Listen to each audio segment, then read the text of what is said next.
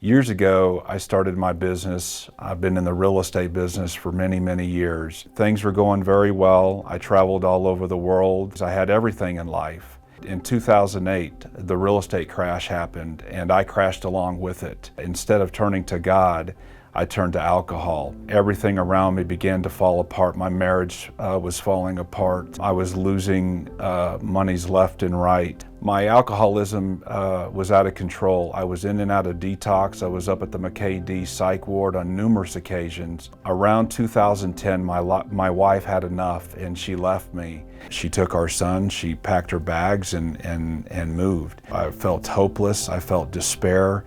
I missed my wife, I missed my son desperately. I became so desperate and so hopeless, I went to a hotel room with a loaded pistol, and I put the pistol in my mouth and I depressed the trigger, and the weapon did not fire. I was so terrified, I threw the gun on the bed.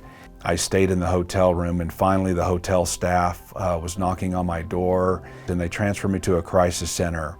I called a pastor friend of mine while I was there, and the pastor told me about the hope in Christ. And I decided from that point on, I'm going to turn my life to Jesus. From that day on, my life had changed. I was going to church, I was involved in Bible studies, I was helping others. As a matter of fact, we started an organization called Save Homeless Veterans to help homeless veterans, and things were going very, very well in my life.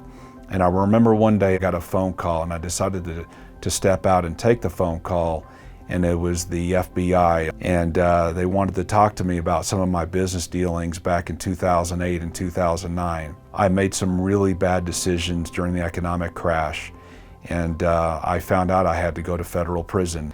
But I had an inner strength when I went to prison, and my strength was because of Jesus Christ. I didn't fear. I knew that I was going to be able to survive the prison process, and as a matter of fact, I flourished in prison. I was very involved in the church in prison. We shared with many other men about our good Lord and how He can change lives, and how He changed my life. I was there for 4 years and 2 months, and I look at that experience, and it was a good experience. I came out a stronger man, a man that is hopeful. I look forward to the future. Today I'm back with my wife and my son. I give the glory and the praise to the good Lord. I could not have done it without Him.